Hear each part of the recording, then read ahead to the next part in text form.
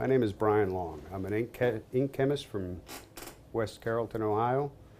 My ex-wife thought it would be best to try to send me to prison for the rest of my life instead of divorcing me. This way she gets everything. She worked for the local paramedics, so she knows the local police and sheriff employees very well. She knows they covered up this crime once already, as they tried to do the same thing to James Troy, a friend of mine. But shortly after they seized my computer, I found a backup disk from her laptop that would prove who did what. After telling her this, the local deputy took another 4 months before he gave my computer back.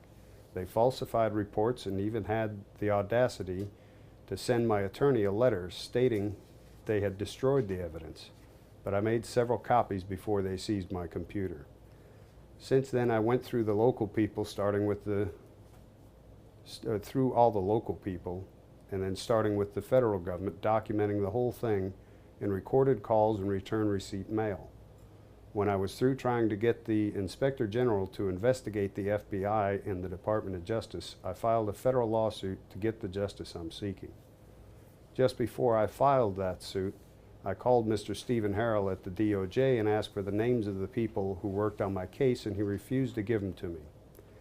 Shortly after that, I received a letter from the local Department of Justice stating I owed them some $19,000, but the name was different. The middle name was different. When I called them, without so much as a copy of my driver's license, they dropped the whole thing, and this told me that I was correct and that it was nothing but intimidation. So I included this in my lawsuit. This case is now in the appellate court in Cincinnati. Part of my appeal is as follows. Furthermore, I showed in the Georgia Constitution under Article 1, Section 1, my rights were violated under the Georgia Constitution and also under the United States Constitution, which gives the court jurisdiction. The other federal laws that were broken were included and range from destroying evidence to witness tampering by various officials. As far as my original submission to the court, I asked for the relief that the courts stop the violation of my rights via a grand jury investigation and for the maximum amount of money allowable by law. I worded my request this way because I believe there was limitations on the amount of money you can sue a local sheriff for.